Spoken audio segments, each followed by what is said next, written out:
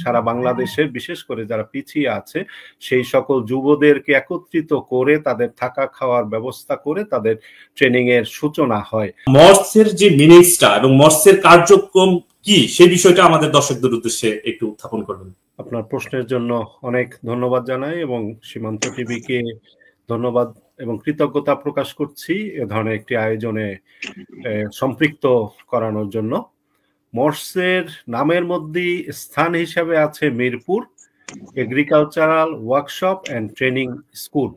1973 খ্রিস্টাব্দে মানে স্বাধীনতা পরবর্তীকালে দেশ পুনর্গঠনে ক্যাথলিক মণ্ডলীর যে প্রতিষ্ঠান হচ্ছে কারিতাস বা কোর, তাদেরই একটি কার্যক্রম হাতে নেয়, বিশেষ করে দুর্যোগ ব্যবস্থাপনার ক্ষেত্রে রিলিফ এবং রিহ্যাবিলিটেশন কার্যক্রম যখন পরিচালনা করে সেক্ষেত্রে কৃষি সামগ্রী, কৃষি যন্ত্রপাতি, নলকূপ, ট্রাক্টর এগুলো বিভিন্ন দেশের কারিতাস ফ্যামিলির কাছ থেকে আমাদের কাছে চলে আসে এবং তখনকার ম্যানেজমেন্ট মনে করলো যে এই সকল বিষয়ে বাংলাদেশে যারা আছে সে সকল দক্ষ শ্রমিক পাওয়া যাচ্ছিল না।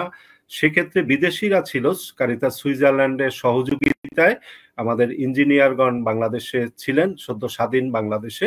তারা চিন্তা করলেন আমরা যদি একটি ওয়ার্কশপ বা ট্রেনিং সেন্টার এস্টাবলিশ করতে পারি তাহলে হয়তো এই যে প্রয়োজনটি আছে সেটি দেশের প্রয়োজনটাকে মেটাতে পারবে। সেই হিসাবে 1973 খ্রিস্টাব্দে বর্তমানে পল্লবীতে মিরপুর 11.5-তে আমাদের একটি জায়গা কেনা হয় এবং প্রায় 3 বছর লেগে যায় এটাকে সেট আপ করার জন্য। যুবদেরকে সারা বাংলাদেশের বিশেষ করে যারা পিছিয়ে আছে সেই সকল যুবদেরকে একত্রিত করে তাদের থাকা খাওয়ার ব্যবস্থা করে তাদের ট্রেনিং এর সূচনা হয়। এভাবেই আসলে মর্স তার কার্যক্রম 1973 সাল থেকে শুরু করে। এর বিভিন্ন পর্যায়ে এক সময় বিশেষ করে মধ্যপ্রাচ্যের বিভিন্ন দেশে অদক্ষ শ্রমিক যাচ্ছিল।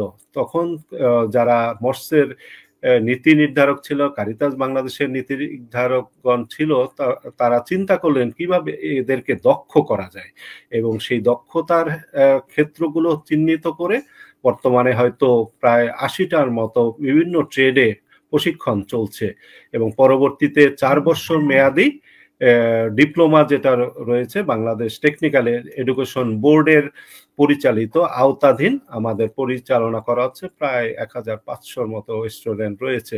এক্ষেত্রে কারিগরি শিক্ষাটা হচ্ছে সেই সময় চিন্তা করা হয়েছিল যে বাংলাদেশকে গড়তে হলে যদি বাংলাদেশের দক্ষ আমরা যে যারা আছে তাদেরকে তৈরি করতে পারি যাতে মানব সম্পদ তৈরি করা যায়, এরা যাতে বোঝা হিসাবে না হয়। তাই আসলে যুবরা, বিশেষ করে যুবরা হচ্ছে মর্সের টার্গেটেড গ্রুপ বলা যায়।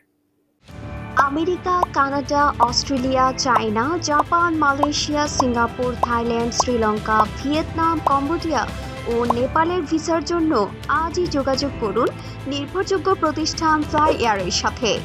যোগাযোগ 4243 treasure Eastland, Shantinagar, Dhaka. Mobile 01711 040208।